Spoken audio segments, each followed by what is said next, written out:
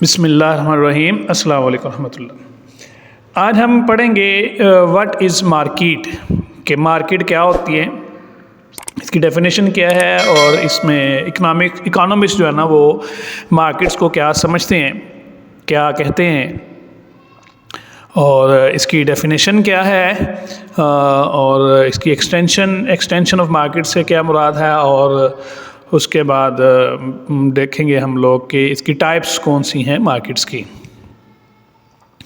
तो मार्केट हम लोग आम ज़ुबान में लफ्ज़ बोलते हैं मार्केट, जैसे बाज़ार उर्दू में हम उसको कहते हैं, उर्दू बाज़ार है, जैसे सराफ़ा बाज़ार है, तो ये मुख्तलिफ़ मार्केट्स होती हैं।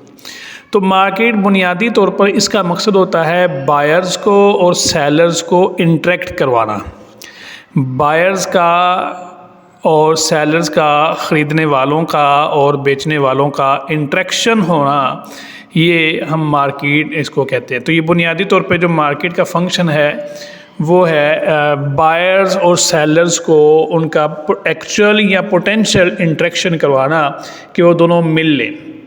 तो ये ज़रूरी नहीं होता है कि वो फ़िज़िकली आके मिलें, वो उनका इंटरेक्ट करवाना असल मकसद होता है। वो फ़ोन कॉल पे भी हो सकता है, वो इंटरनेट के ज़रिए भी हो सकता है, किसी भी ज़रिए से जिसे बायर और सेलर आपस में इंटरेक्ट कर लें, आपस में मिल लें और किसी तयशुदा कीमत पे एग्री हो जाएं, तो वो हम इसको कहेंगे कि ये किसी चीज़ की मार्केट जो है ना वो वजूद में आ जाती है।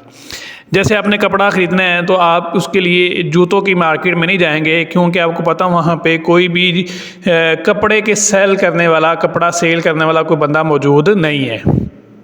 इसी तरह से अगर आपने कोई चावल बेचने हैं तो आप गल्ला मंडी जाएंगे जहाँ चावल बिक रहे हैं। आप ऐसा नहीं करेंगे कि आप अपने चावल उठा के तो किसी सराफा बाज़ार में जाके चावल बेचना शुरू कर दें, क्योंकि आपको पता वहाँ पे कोई बंदा चावल ख़रीदने नहीं आया होगा, वहाँ सोना ख़रीदने लोग आए होंगे। तो मार्केट का बुनियादी मकसद इंटरेक्शन करवाना होता है बायर्स का और सेलर्स का। तो जब ये इंटरेक्शन हो जाता है तो मार्केट जो ना वो वजूद में आ जाती है। तो सादा अल्फाज में collection of buyers and sellers that through their actual or potential interaction determine the price of a product और set of products।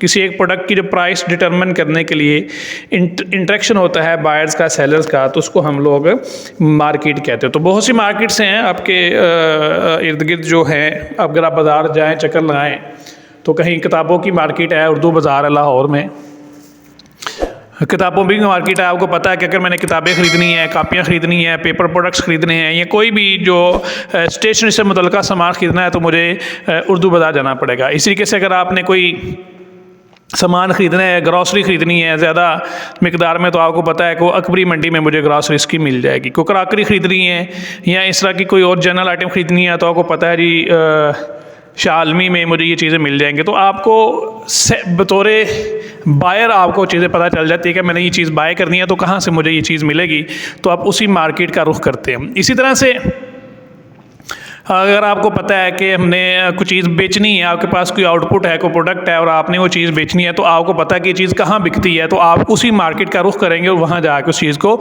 उसका कोई ना कोई सेलर जो है ना वो, उसका कोई ना कोई बायर जो है ना वो तलाश करेंगे। तो मार्केट बुनियादी तौर पर बायर्स और सेलर्स को इंटरेक्ट करवाने के लिए, उनको मिलाने के लिए जो ना वो वजूद में आती है, और ये इकोनॉमिक एक्टिविटीज़ को रेगुलेट करने के लिए बुनियादी तौर पर ये वजूद में आती है। Determination of buyers, sellers and range of products that should be included in a particular market. ये तीन चीज़ें इसमें ऐड होती हैं। एक मार्केट का जो हिस्सा होती हैं वो तीन चीज़ें होती हैं। नंबर एक बायर्स, नंबर दो सेलर्स, और नंबर तीन रेंज ऑफ प्रोडक्ट्स। जो चीज़ वहाँ पे बिक रही है, जो चीज़ वहाँ पे बिकनी है, जिस चीज़ के लिए वो मार्केट वजूद में आई है, वो चीज़ तीनों वजूद में होनी चाहिए। तो ये मार्केट की डेफिनेशन। अब दो बड़ी अकसाम है मार्केट की जिसके बारे में बात करते हैं। एक बड़ी किस्म है जिसको हम कहते हैं कम्पिटिटिव मार्केट, और दूसरी है नॉन कम्पिटिटिव मार्केट।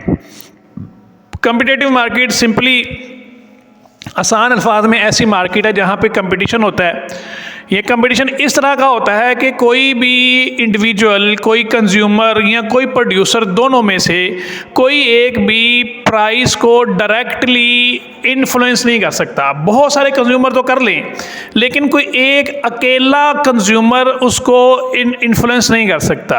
यानी कंज्यूमरों की तादाद इतनी ज़्यादा होती है कि वो प्राइस टेकर, वो प्राइस सेट नहीं कर सकते, प्राइस को अपनी मर्ज़ी पे नहीं ला सकते। और इसी तरीके से फर्म्स की तादाद इतनी ज़्यादा होती है और वो आपस में कम्पीट कर रहे होते हैं कि वो इस काबिल नहीं होते कि वो प्राइस सेट कर सके। तो वो प्राइस टेकर होते हैं, जो मार्केट प्राइस सेट कर देगी उसी प्राइस पर वो चीज़ को ख़रीद सकते हैं, ये ले सकते हैं, और वो कोई बंदा भी कोई इंडिविजुअल प्राइस को सेट नहीं कर सकता। तो दो किस्म की मार्केट्स होती हैं, एक को हम कहते हैं कम्पिटिटिव मार्केट और एक को हम कहते हैं non competitive market. Competitive market ऐसी मार्केट को कहते हैं जिसमें सेलर्स की और बायर्स की तादाद बहुत ज़्यादा हो। ज़्यादा तादाद में बायर्स होंगे, ज़्यादा तादाद में सेलर होंगे, तो इसमें एक प्राइस डिटरमिन हो जाती है जिसको हम मार्केट डिटरमिनेंट प्राइस कहते हैं, जिसमें किसी किस्म की बायर्स का या सेलर्स का कोई रोल नहीं होता, दोनों उसको डिटरमिन नहीं कर सकते, उसको मुकर्रर नहीं कर सकते। अगर बायर्स बहुत ज़्यादा हैं, ख़रीदने वाले बहुत ज़्यादा हैं, तो बेचने वालों की कोई मजबूरी नहीं है वो किसी एक मखसूस कीमत पर बेचें। और इसी के साथ अगर बेचने वाले बहुत ज़्यादा हैं तो सेलर्स के, बायर की मजबूरी नहीं है कि वो एक मखसूस कीमत पर ही ख़रीदेंगे। वो अगर कोई कीमत उसकी मार्केट प्राइस से ज़्यादा होगी तो लोग उसको नहीं ख़रीदेंगे। तो ऐसी मार्केट जो कम्पिटिटिव हो, जिसमें नंबर ऑफ़ बायर्स और सेलर्स बहुत ज़्यादा हो, उसको हम कहते हैं ये परफेक्टली कम्पिटिटिव मार्केट है। इसकी दो चार कंडीशंस और भी हैं, लेकिन आगे हम जब इसको डीपली स्टडी करेंगे, अभी तो हम सिर्फ इसका ओवरव्यू देने की कोशिश कर रहे हैं। जब हम डीपली स्टडी करेंगे तो हम इसको फिर पढ़ेंगे कि इसकी कौन कौन सी कंडीशंस हैं, उसकी इक्विलिब्रियम कंडीशन वगैरह, वो सारा कुछ आगे हम डिस्कस करेंगे। तो इस फिलहाल अभी के लिए इतना ही कि ऐसी मार्केट जो जिसमें numbers of buyers and sellers बहुत ज़्यादा हो, उसको हम परफेक्टली कम्पिटिटिव मार्केट कहते हैं। जैसे गल्ला मंडी है, गंदम की मार्केट है, इसमें गंदम बेचने वाले भी बहुत ज़्यादा होते हैं और ख़रीदने वाले भी बहुत ज़्यादा होते हैं। चावल की मार्केट है, स्टेशनरी की मार्केट है, बुक्स की मार्केट है, तो ये गोल्ड की मार्केट है। तो ये गोल्ड की मार्केट होगी या इस तरह की जो भी मार्केट्स हैं, ये इनमें नंबर ऑफ़ सेलर्स भी बहुत ज़्यादा होते हैं और नंबर ऑफ़ प्रोड्यूसर्स भी बहुत ज़्यादा होते हैं, नंबर ऑफ़ बायर्स और नंबर ऑफ़ सेलर्स बहुत ज़्यादा होते हैं। इसलिए इनकी एक प्राइस जो डिटरमिन हो जाती है, कोई बंदा उससे ज़्यादा प्राइस चार्ज नहीं कर सकता और ना ही उससे वो कम कोई प्राइस देगा। तो दूसरी होती है non competitive market. Non competitive market जिसमें प्रोड्यूसर्स और सेलर्स जो है ना वो एक होता है या कम होते हैं, या ऐसी सूरत है जिसमें कोई एक एजेंट, कोई इकनॉमिक एजेंट, प्रोड्यूसर या सेलर प्राइस को इफ़ेक्ट कर सकता है, प्राइस को बढ़ा सकता है और कम कर सकता है। ऐसी मार्केट है जैसे मोनोपोली है, इजारादारी है कि वो एक सिंगल प्रोड्यूसर है, कोई चीज़ को बनाता है और वही चीज़ को, जैसे एप्पल है, लाइक जो एप्पल आईफोन है, वो आईफोन का इजारादार है, आईफोन वही बनाता है, कोई दूसरी कंपनी आईफोन नहीं बनाती, तो उसकी अपनी मर्जी होती है, वो जितनी मर्जी प्राइस सेट कर ले, तो उसमें कंपटीशन नहीं उसको आता। तो इस तरह से और भी बहुत सी, जैसे पाकिस्तान में वापडा है जो बिजली प्रोड्यूस करता है, तो उसको मोनोपोली है, वो बिजली प्रोड्यूस कर सकता है, लेकिन वो एक रेगुलेटेड मोनोपोली है, वो अपनी मर्ज़ी से प्राइस सेट नहीं करता है। वो हुकूमत को अपनी देता है, एप्लीकेशन देता है कि मैं प्राइस बढ़ाना चाहता हूँ, नेपरा जो है उसका जायज़ा लेता है, जायज़ा लेने के बाद फिर वो अलाउ करता है प्राइस बढ़ाई जाएगी कि नहीं बढ़ाई जाएगी। तो ये रेगुलेटेड मोनोपोली, लेकिन बहरहाल मोनोपोली है, इसमें वो अगर इसको आज़ाद छोड़ दिया जाए तो ये अपनी मर्ज़ी से कीमत को डिटरमिन कर सकेगा। तो ऐसी सूरत हाल जिसमें कोई एजेंट, कोई मुआशी एजेंट जो है, जो इकनॉमिक एजेंट है, प्रोड्यूसर हो गया या कंज्यूमर हो गया, वो डायरेक्टली या इनडायरेक्टली प्राइस को मैनिपुलेट कर सके, प्राइस को फ्लक्चुएट कर सके, उसको बढ़ा सके या कम कर सके, तो इसको हम कहते हैं ये नॉन कम्पिटिटिव मार्केट है। जैसे एग्जाम्पल मैं दी, आईफोन की मार्केट है, ये नॉन कम्पिटिटिव मार्केट है क्योंकि वो सिंगल है, आईफोन में वो सिंगल प्रोड्यूसर है। इसी तरीके से जैसे ट्विटर है, ट्विटर पे अभी एलॉन मस्क ने जब उसको टेक ओवर किया तो उसने उस पर फीस लगा दी, अपनी प्राइस लगा दी, तो वो प्राइस को मैनिपुलेट कर सकता है। इसी तरीके से पाकिस्तान में वापडा है, ये भी एक मोनोपोली है, लेकिन चूँकि ये रेगुलेटेड मोनोपोली, इसके लिए उसको वो आज़ादी हासिल नहीं है जो एक मोनोपोलिस्ट को होती है।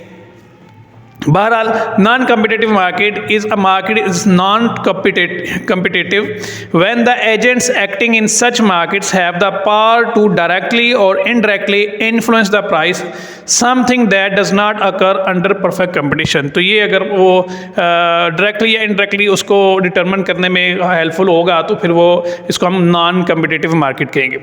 उसके बाद आ जाता है जी extent of a market, market की एक्सटेंशन या वुसअत कितनी होती है। मार्केट की वुसअत का इन्हिसार होता है उस चीज़ की वैरायटी पर, उसकी बाउंड्रीज का मतलब, बाउंड्री मतलब ये नहीं कि उसकी कोई दीवार होती है। मार्केट की वुसअत का इन्हिसार होता है उस चीज़ की प्रोडक्ट की रेंज पर, वो कहाँ कहाँ बिक सकती है। मिसाल के तौर पर अभी सिंधी चादरें हैं, जो सिंधी चादरें हैं, अजरक जिसको हम कहते हैं, उसकी मार्केट वो सिंध तक महदूद होगी, वो आउट ऑफ द सिंध इतनी बड़ी मार्केट नहीं है कि पंजाब में भी बिक जाए, KPK में भी बिक जाए, बलूचिस्तान में भी बिक जाए, आउट ऑफ जो है कंट्री वो भी बहुत ज़्यादा बिके। वो जहाँ जहाँ सिंधी रहते हैं वो चाहे पंजाब में हो तो उसकी रेंज थोड़ी सी कम होगी। तो इसी के से फ्रिज है, अगर आप फ्रिज ले तो उसकी मार्केट पूरा पाकिस्तान है, पूरा पाकिस्तान इस्तेमाल करता है। तो ये डिपेंड करता है वो चीज़ कहाँ कहाँ यूज़ की जाती है, कहाँ कहाँ इस्तेमाल की जाती है और कहाँ कहाँ उसकी डिमांड अवेलेबल है। तो जितनी उसकी डिमांड अवेलेबल होगी उतनी उसकी मार्केट बढ़ती जाएगी। तो एक्सटेंट ऑफ मार्केट यानी मार्केट की जो एक्सटेंशन है या उसकी वुसअत है वो डिपेंड करती है मार्केट की प्रोडक्ट की प्राइस पर, प्रोडक्ट की क्वालिटी पर और प्रोडक्ट की नीड पर कि किस किस मुल्कों में किन किन जगहों पर लोगों की उसकी डिमांड मौजूद है। इसकी definition extent of a market, boundaries of a market both geographical and in term of range और products produce and sold with in it, कि कौन कौन सी उसकी रेंज कितनी है, कितनी चीज़ें उसकी बिक सकती हैं, कहाँ कहाँ उसकी मार्केट है, कहाँ कहाँ उसकी डिमांड जो ना वो जनरेट होती है। तो इस तरीके से कुछ चीज़ें होती हैं जो जिनकी मार्केट एक महदूद एक लोकल सतह पे होती है। जैसे राह वाली की कुल्फ़ी जो बंदा बेच रहा है उसकी मार्केट सिर्फ राह वाली है, वो पूरे गुजराला में भी वो नहीं बेच रहे, उसकी मार्केट सिर्फ राह वाली की बाउंड्री है। या इस तरीके से या आप कह लें को हैदराबादी या कराची की बिरयानी है तो वो उसकी मार्केट वो कराची और हैदराबाद के मखसूस इलाके हैं, वो पूरे मुल्क में सप्लाई नहीं हो सकती। लेकिन इसके बरक्स आप ओरिएंट का फ्रिज देख लें, आप पेल के रेफ्रिजरेटर देख लें, या दूसरी जैसे वाल्स की कुल्फ़ी है तो उसकी मार्केट पूरा मुल्क है, वो एक मखसूस इलाके में नहीं बिकती। वाल्स की आइसक्रीम वो पूरे मुल्क में बिकती है, तो उसकी मार्केट पूरी मुल्क है, उसकी मार्केट वसी है। लेकिन इसके मुकाबले में दूसरी चीज़ें जो लोकली प्रोड्यूस होती है उनकी मार्केट लिमिटेड होती है, महदूद होती है। इसी के से कुछ चीज़ें इंटरनेशनल मार्केटेड होती है, उनकी मार्केट मजीद वसी हो जाती है। जैसे पाकिस्तानी कपड़ा है, लेदर प्रोडक्ट्स हैं, तो इनकी मार्केट पूरी दुनिया में सेल आउट हो सकती हैं, जा सकती हैं। तो एक्सटेंशन ऑफ मार्केट, वहाँ बाउंड्री ऑफ मार्केट ये चीज़ कहाँ कहाँ बिक सकती है, बिकती है। तो ये एक ज्योग्राफिकल भी होती है कि किसी मुल्क के अंदर ही होगी, या ये उसकी प्रोडक्ट्स के हिसाब से भी होती है कि वो प्रोडक्ट कहाँ कहाँ जा सकती है। तो this is the somehow extension of market. तो ये आज का हमारा छोटा सा टॉपिक था कि मार्केट क्या होती है, इसकी डेफिनेशन क्या है, इसकी दो टाइप्स कौन कौन सी हैं, परफेक्टली और non competitive market, perfectly competitive और नॉन कम्पिटिटिव मार्केट, और एक्सटेंट ऑफ मार्केट। तो इजाज़त दीजिए, अब अगले लेक्चर में हम इंशाल्लाह नए सबक के साथ हाजिर होंगे। तब तक के लिए इजाज़त, अल्लाह हाफ़िज़, अस्सलाम वालेकुम।